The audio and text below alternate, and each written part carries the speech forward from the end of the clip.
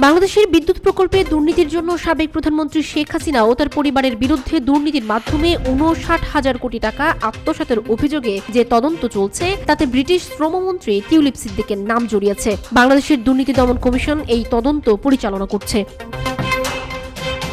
Tulip Siddique ব্রিটেনে ক্ষমতাসীন labour পার্টির সদস্য, এমপি এবং প্রধানমন্ত্রী কিয়ার স্টারমারের নেতৃত্বাধীন সরকারের অর্থ ও নগর বিষয়ক মন্ত্রী। তার বিরুদ্ধে অভিযোগ, তিনি ২০১৩ সালে বাংলাদেশে পারমাণবিক বিদ্যুৎ কেন্দ্র নির্মাণে রাশিয়ার সঙ্গে একটি চুক্তিতে মধ্যস্থতা করেছিলেন, যেখানে প্রকল্পের ব্যয় বাড়িয়ে ধরা হয়েছিল।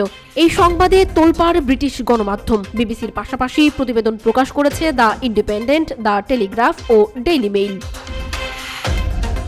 বিবিসির প্রতিবেদনে বলা হয়েছে, বাংলাদেশি রাজনৈতিক ববি হাজ্জাজের বেশ কয়েকটি অভিযোগের ভিত্তিতে শেখ হাসিনার বিরুদ্ধে এই তদন্ত শুরু হয়েছে। টিউলিপের মা শেখ রেহানা সিদ্দিক সহ তার পরিবারের বেশ কয়েকজন সদস্য এবং তার সরকারের ঊর্ধ্বতন কর্মকর্তাদের বিরুদ্ধেও অনুসন্ধানে মাঠে নেমেছে দুদক।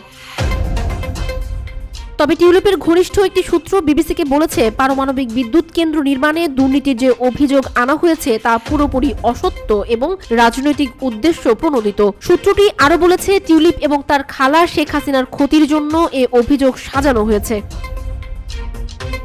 ডাউনিং স্ট্রিটের পক্ষ থেকে জানানো হয়েছে, টিউলিপের ওপর প্রধানমন্ত্রী কিয়ার স্টারমারের আস্থা রয়েছে এবং দুর্নীতি বিরোধী পদক্ষেপগুলোর দেখাশোনা করার ক্ষেত্রে তার দায়িত্ব অব্যাহত থাকবে।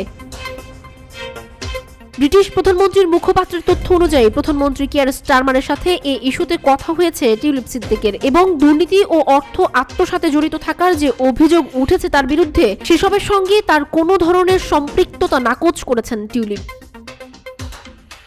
বাংলাদেশের কোনো রাজনৈতিক সিদ্ধান্তের সঙ্গে সংশ্লিষ্টতা থেকে তিনি বিরত ছিলেন বলেও বিবিসিকে জানিয়েছেন ব্রিটেনের প্রধানমন্ত্রী কার্যালয়ের মুখপাত্র।